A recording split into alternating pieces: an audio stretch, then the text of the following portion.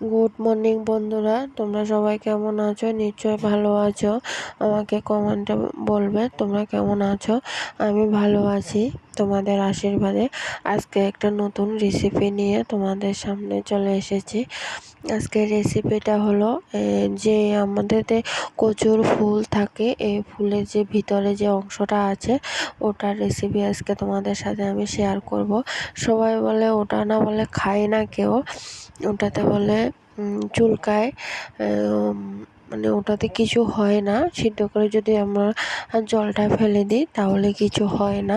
আমি প্রথমে ওটাকে কড়াইয়ের মধ্যে দিয়ে সিদ্ধ করে জলটা ফেলে দিলাম। তারপরে কাঁচা মরিচ, কাঁচা পেঁয়াজ, রসুন, লবণ ওটা দিয়ে আমি বেটে নেব।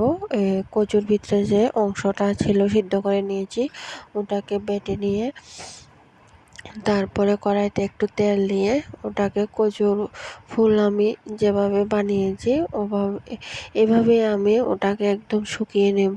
তাহলে আর চুলকানোর কোনো সম্ভাবনাই নেই, ওটা চুলকাবে না। আমি কিন্তু নতুন ফার্স্ট টাইম ট্রাই করলাম, সবাই বলে খায় না।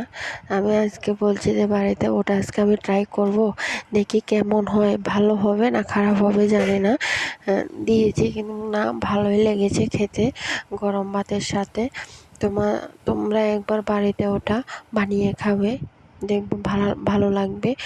দেখো, আমি বিশ্বাস করতে পারিনি যে ওটা এত স্বাদ হবে। কি বলবো তোমাদের সাথে।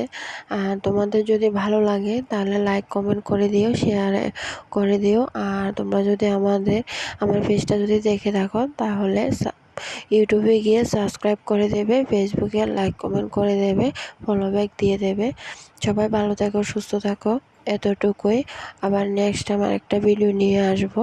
তোমাদের যদি আমার ভিডিও ভালো লাগে তাহলে লাইক কমেন্ট করে দিও। Tata, bye bye.